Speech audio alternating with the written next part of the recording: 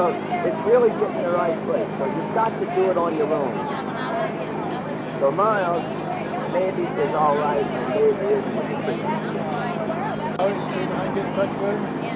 He said the doctor told that he can't do that. He can't get released. That's bullshit. That's you tell him you want to man. go, or you want another doctor. Hey, Charlie said when you go up to him, they assign someone. They got your program. What you're going to do that day? They assign someone with you that goes every place with you. You don't. Really, and when you're out of town, they move you.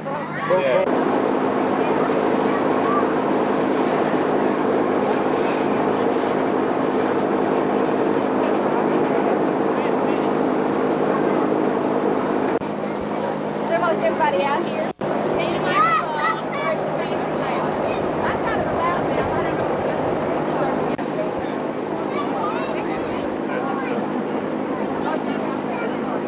Well, let's get started. Wait. Hurry up. Hurry up. You want to go get the other fan?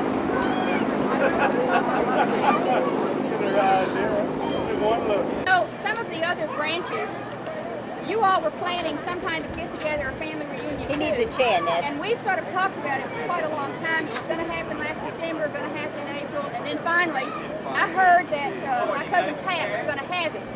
And then I heard that I was supposed to organize it. So I think Pat and Laura did a really great effort here. They've set up their house, and you know how much time that takes. So let's all thank them for letting us invade and do all that. Clap, Laura. On the paper stuff, what I had already started doing to have it ready for last December when we never got together was, I have been working on it. Y'all, I have really been working on it. Some of them know that I sent out a letter in April of 1984 asking all my cousins and my aunts and uncles to fill out some forms, and they just didn't get back, you know. And I'd call them and I'd track them down. So what I decided to do is I had, just genealogical forms, and I brought a lot of blank ones if you all want to take one and then make copies to get everybody in your family to fill out this information before people forget it, or people move off and things like that. Now, it was, I'd try to talk to them, I'd corner them when we get together, and, I think I was, pest number one, and they would turn away when they saw me coming and things like that. So finally what I decided to do to get a finished thing was to just compile the descendants of my grandparents. So that's what I had done, and I had planned on this. So I'm not excluding anybody if you didn't get a booklet like this. Because I made colored photos and everything. But what I did when I realized this was mushrooming and expanding and that we're all getting together, that's one of the things that's on the table, that you'll see this cover. It's got all the paper things in it. So it's got all the lines and the names that I had done, okay? Now, I really based a lot of what I did on some material I got from Ann McGowan. Where's Ann still? Ann McGowan, who is from the Abel Omer line. Now, we know we had these, they loved these names, Ferdinand and Pierre, and they kept going Ferdinand and Pierre, and all that sort of stuff. So, but then finally they settled on Ferdinand Pierre had 15 children. So when I talk about the lines, I'm going to just use those names of those 15 children because I think by now most people who are here, you know which one of those 15 you're descended from. I'm descended from the Leobone line, Louis Leobone. And so Charles Allen Patureau was one of his sons, one of his children. And so Pat is a grandson of Charles Allen Patureau, and we're all of that Leobone line. I know that Abel Omer's line has a lot of representatives. Right now, all of you who know you're from the Abel Omer, why don't you let us know? Okay, look on Wendy. That's good. Now, Marie Victorine, we know those names because they were in Beaumont. Marie Victorine was the youngest child, was the youngest one of those 15. And so she married a Cropper. We have a lot of Cropper relatives in Beaumont, and that's how we got to know them. And they also married people that were friends of ours. So Ann McGowan's in Beaumont too, but she's the Abel Omer line. But the Marie Victorine line, and they couldn't come because they're having a family wedding in Houston today.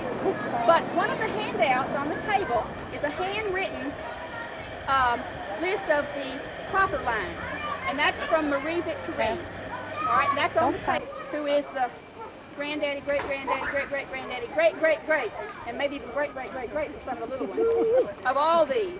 Now, that picture of that old man, that's Ferdinand Pierre. He's the one that came from France.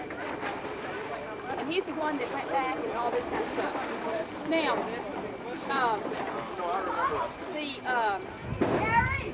Kitty Rush, who is of that Marie Victorine line, when I spent all day Sunday practically with her, going through her stuff and getting her handwritten things, and we went to my office and made copies. She knew she had some other materials and she could not find it. But I talked to her Friday and she's found some of them.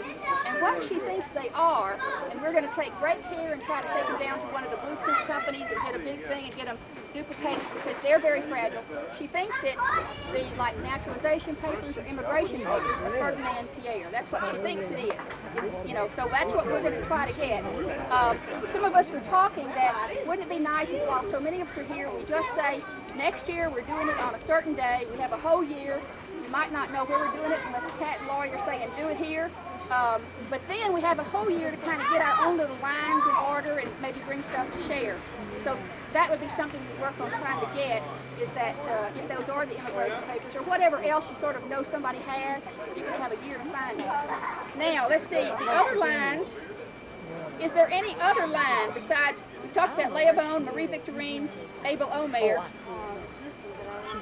Is anyone here from Pierre Oscar? I don't think so. Okay, he ended up in Beaumont. Yeah, he lived with Aunt Babe. That was Victorine in Beaumont, and he died there in Beaumont. Now, another line that I met just on Thursday. It was how, you know, how we just sent that notice out, and we thought, well, let's just send some people in the phone book, and then they sent it to people, and they sent it to people. Well, about third hand, I was in Bryan last week on a 4-day trial, and my secretary gets a call from another person saying, I don't know how I might be connected to these Patureaus. So she gave the number to my mother, and I checked in with her, and so I called the lady and talked. She was a Dupuis. She is the granddaughter of Rose Elisa. It was Mary Estes, and she has, you cannot believe, I sat about 5 hours Thursday night driving back from Bryan. I stopped off in Conroe. I didn't get home to Beaumont till 1 a.m. She has got scads of stuff. They made some copies for me. I'll let everybody look at, and if we could tonight or something, go to Kinko's. But they've got these big genealogical charts. There's an address where you can order some, start filling them out for your own family. And her father was the son of Rose Eliza, Lawrence Dupuis, and genealogy was his hang-up too. And he spent all his time, he's got all this handwritten stuff that he's done. Now, a lot of these people, you know, it's like self-reporting, or, you know, old Aunt so-and-so who might be forgetting told them. So, you know, we'll have some inconsistencies in some dates. And that's what happens, I think, when people start collecting all this history. So you go to try to find sources, like, of course, marriage documents, birth certificates, or census records.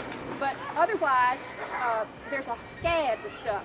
And she's also interested in this Hebert connection, because if you'll notice in the chart that's in the handout, that 2 Patureau sisters and a Patureau brother married 2 Hebert brothers and an Hebert sister. So we've got that connection. And then Mary Estes thinks that there's these Landrys that kept wandering in. It's probably 3 big families kept intermarrying for generations around Plaquemine. So that's, you know, if you get the section of tracking this stuff down, that's a lot of those are the areas to look at, how they're all connected. Now, is there any other line? Okay. Now, Mary had some pictures and she made a copy. She had a smaller copy of this Ferdinand Pierre picture that I have, the larger one that I made for everyone, and then she's got a picture of the wife. It's a little one, so I got it like, you know, like got home 1 a.m. Friday. Didn't have time to make copies, but we've got it if we can go somewhere, and I'll show it to everybody. And then she also had a picture of J. Alcide, a small picture. That's another one in that line. Now, I talked to this old man in Plaquemine. There's a Patureau still living in Plaquemine. I didn't talk to him, I talked to his wife. He is, we thought he might be straight from one of these, but he's really from the Leobone line. Joseph Abel, we're trying to figure out who he was. Joseph Abel was the son of Leobone, the oldest son, and he is the oldest son of that person, but there's a sort of sad story which I won't go into now. He feels disconnected to the Patureau family, but they do reach out to him. He's in his 80s. It's a real sad story, but anyway, so that's the one Patureau we know is still mayor in Clackamas. Okay, now, like I said, all of this is written in the paper, so I won't go through all of that, except to tell just a few little quick stories, and then other people who know things can tell them. We've got this written thing that I had gotten from Ann McGowan, and I guess Kitty Rush had it too. One story about how Ferdinand died. I know the Gelfos have got another one because Gary Gelfo, who couldn't be here, had a few more different details about how Ferdinand died in this accident at his sawmill, that his arm got caught in something. Now, the story that Gary Gelfo has is that he got a black man to chop off his arm. But I had never heard that, so I didn't copy it for everybody. So, we may not know, but now Ann may know more details. Yeah, and then he died a few days later. And unfortunately, it was witnessed by his wife and a couple of his children. So it's a very, very tragic thing. Another very interesting thing is people get the bug of tracking this down during the next year that I don't know much about, but I think it's very interesting. During the Civil War, about the exodus of a lot of southern families down to Mexico, because Ferdinand Pierre did that. He just upped and took his family, went down to Mexico. So that's a very interesting area to try to find out more about, what they were really doing. Mary Estes had a theory. It could be one of two things. He really wanted just to protect his family, which is what I guess everybody assumed they did it for. Or because he had a sawmill, he was either a patriot to the States and he was trying to, one of the things that I wanted to show, and I think it'll be interesting, those of you who are going to stick around and go find a Kinko's with a good color copier or something like that, Gary Gelfo was nice enough to send me a picture of his grandfather. This is Abel O'Mayer. And I think when you look at all these pictures, although there was a copy of a clipping already, it didn't come out that good, so we might need to take this to a much, much better copier. This is a picture of a band that two Patureau boys and that Ferdinand Hebert, who never married, seems to be a gay blade in New Orleans, at Clackamas, and everywhere in between. They all played instruments, and I'm sure they wowed the girls in their little band. So that's something that people may want to go try to copy later on. Okay, then,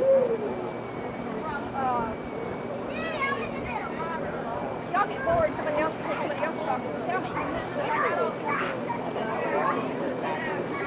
The picture that Kitty Rush had, I put it, and it's a large thing, and it had enough to cover the face and the shoulders like I made the copy, and it turned out good. It's a little wider. I put one on the color copier, but I'm sorry I couldn't make a whole lot of those. They're a lot more expensive. But that, and it's pretty close to the colors of the picture now. That's what Ferdinand Pierre's picture looked like. It was a little wider. We cut off some of the shoulders, but that was just the size that they did on the color copier.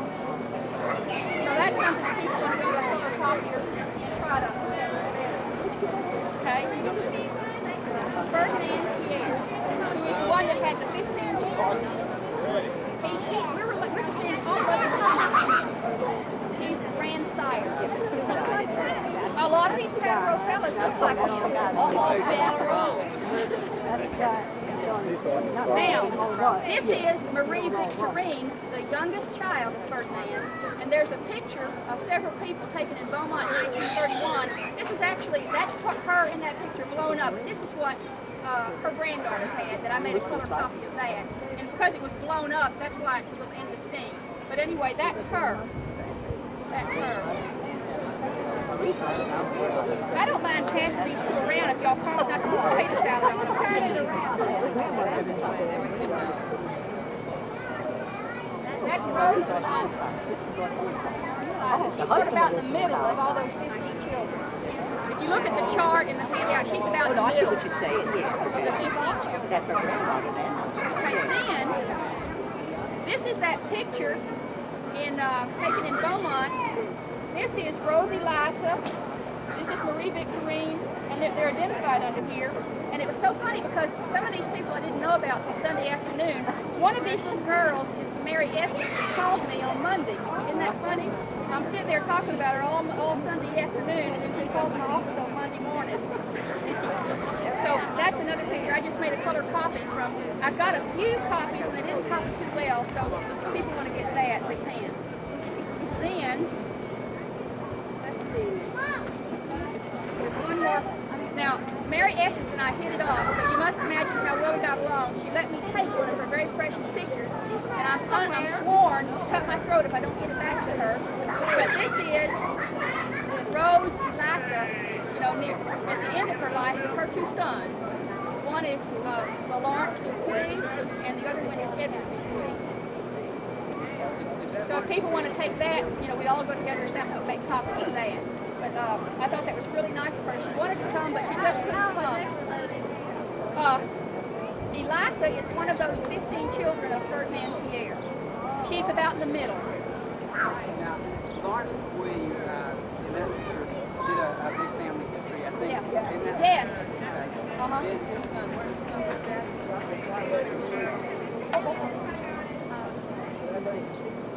His youngest daughter. And that's who, I think, some Patureau gave it to that Dupuy who sent it to Mary Estes. I think that's how she found out about it. But that's why Mary has all this material, because Lawrence did it. Lawrence talked to all those old people who didn't they wrong. Wait a minute. Yeah. So that's why she's got so much stuff. Didn't want to come? Okay. Just stay over there. I think that's sort of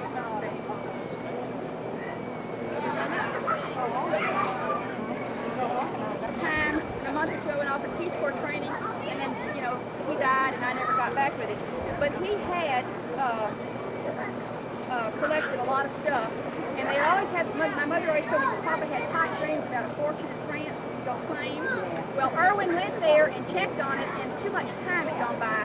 I guess it reverts to the state after 150 years. So, you know, we're going to have to think of something else to get to.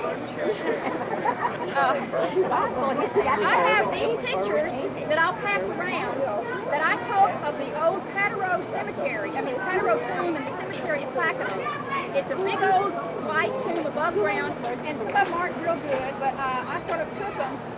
And then, of course, some of the Landry and our families are in there, but they've got, I've taken some of them. You can see them a little indistinctly.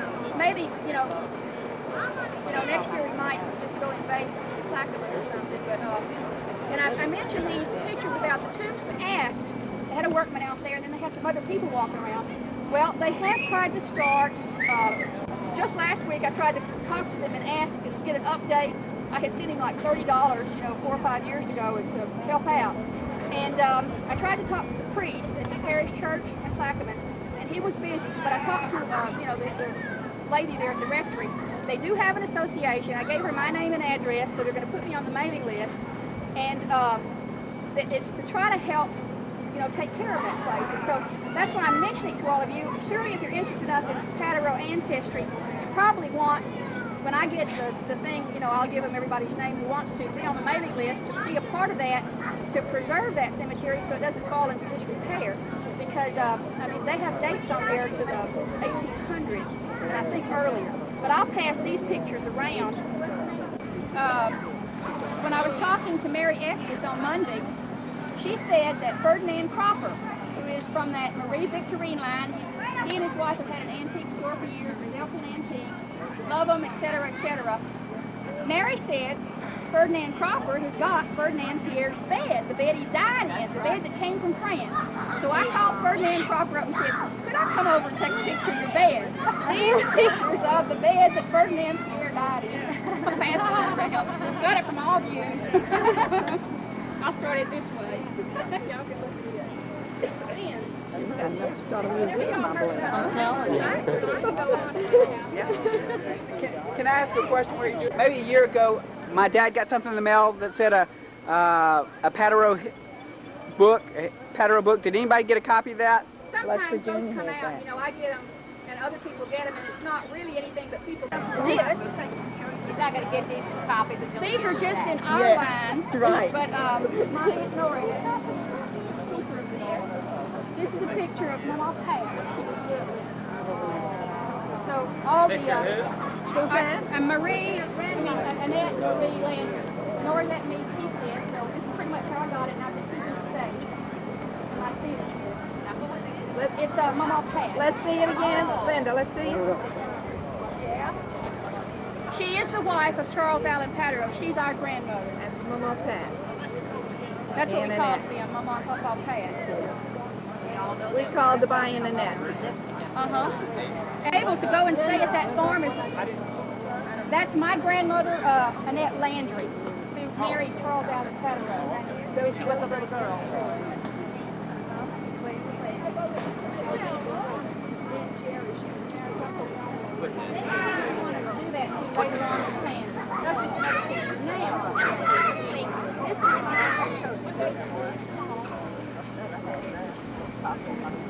I've had this for quite a long time.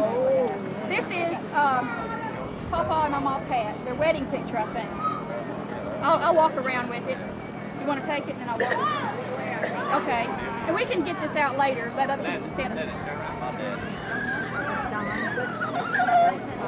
But that's something probably to put on a big pop. Come on, Papa Pat.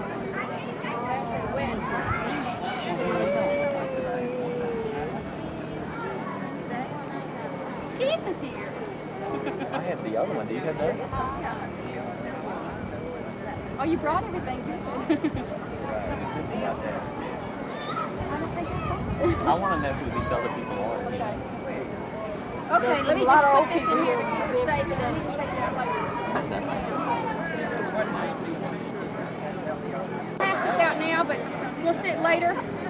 This is a box that I think my Aunt Nori, because everybody knows that I'll keep things, so they let me have them. This is the book that people signed at Charles Allen's funeral.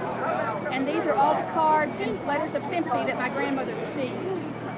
And all the little things off the wreaths and things like that. It's all in here.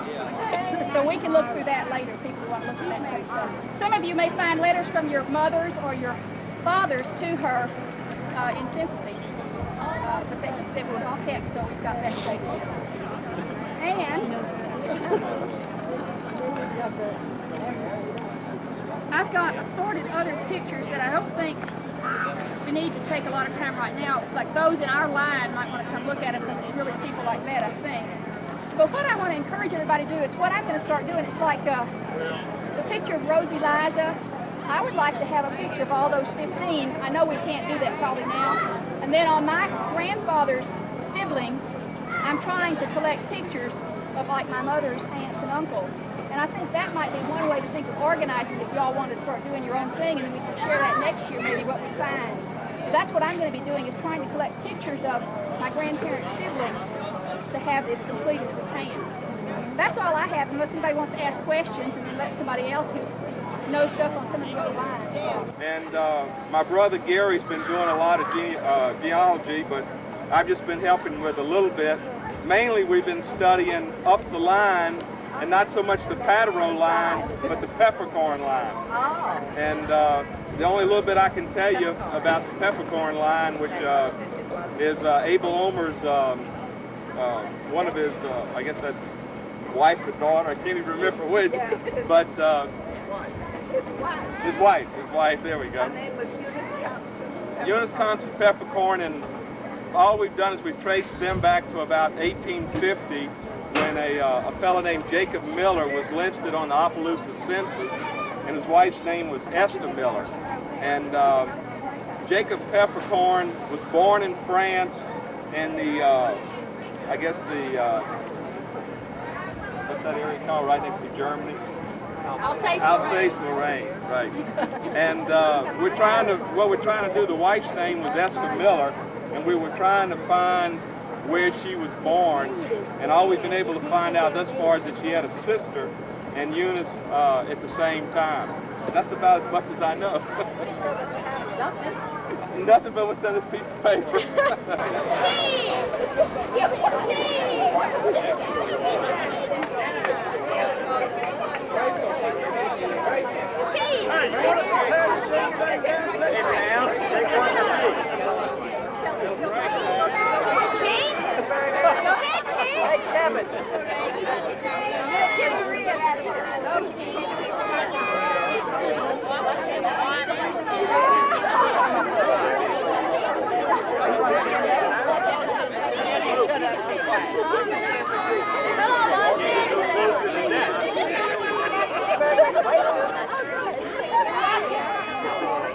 Okay. All right. Kevin, you want to give everybody one?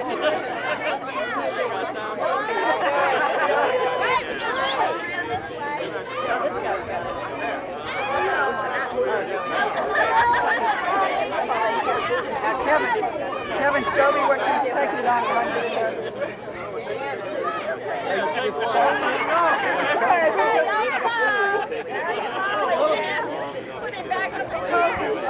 Back up, Lord! Back up!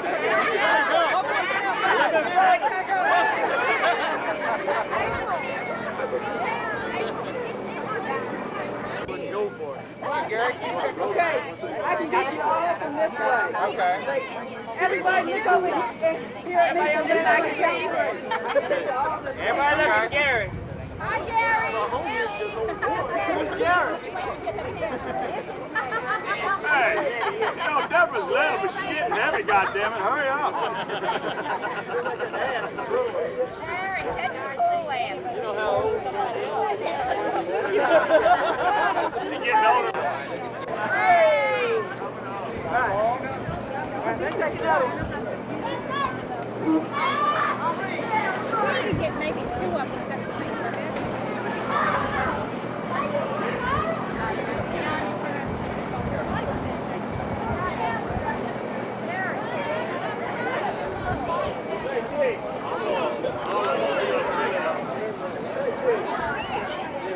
We all get in there and it'll be about water in there by then.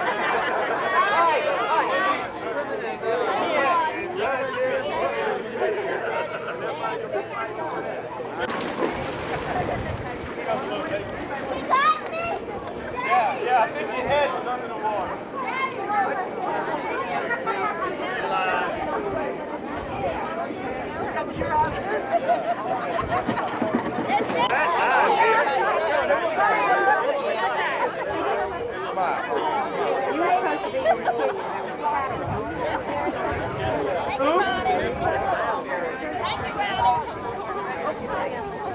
Sharon.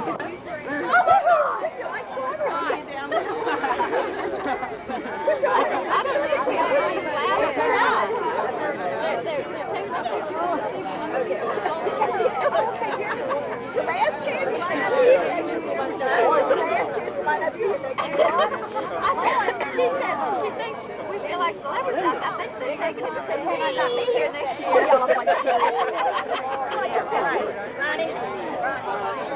Oh, look at the weather over there.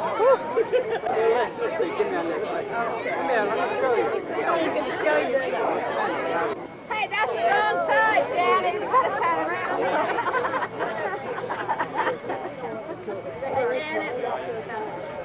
Go around that way.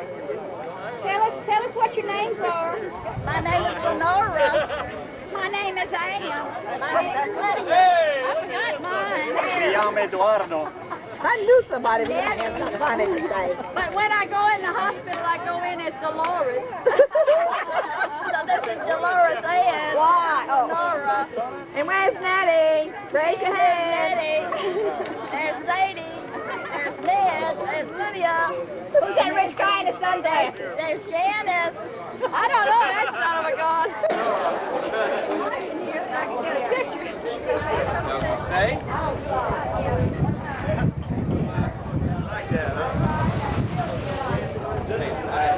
The only reason I put it do it twice. I'm telling you.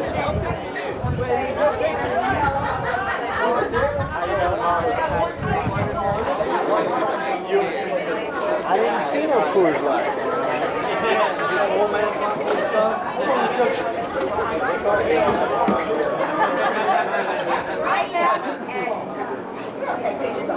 And this year is my number 1 got a beer pack. I got some brown roll.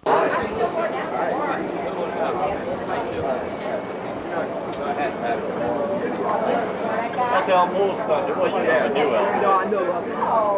I know of it. And that's another one right there. The old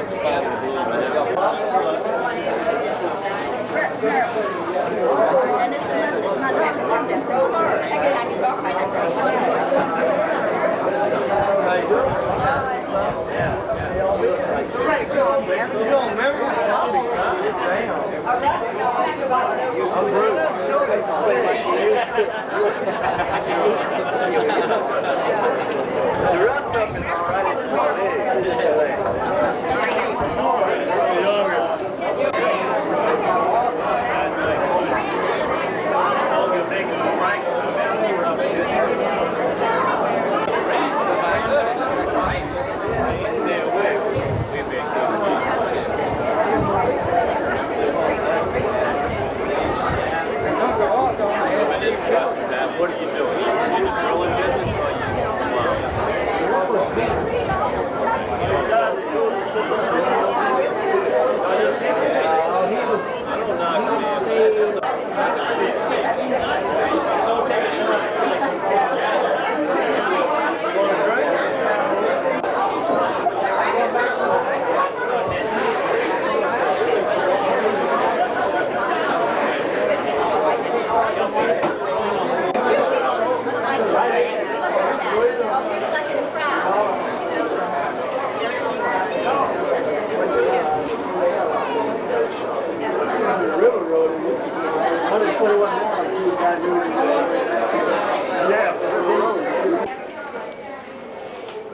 I know Mama just wants this to see how much bigger I am than she is.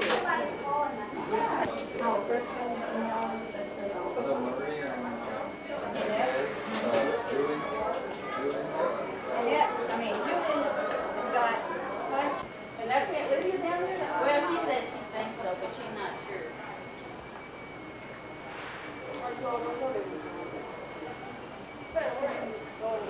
Okay, and then this is just the part that shows Laybone, that part of that tomb. It shows, let's see, others are there, so some of those other pictures that show you your Laybone names and people like that. And then these are just collages of old pictures. This is little Edward, the one child who did a little kid out there. He was crushed by Carlos.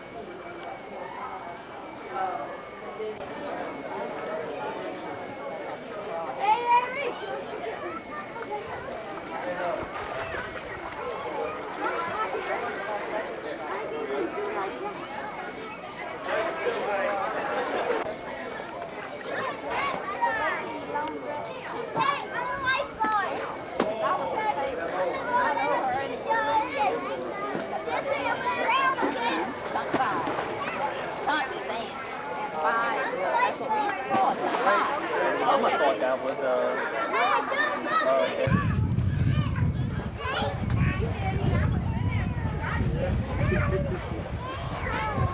Over here, don't go too far out.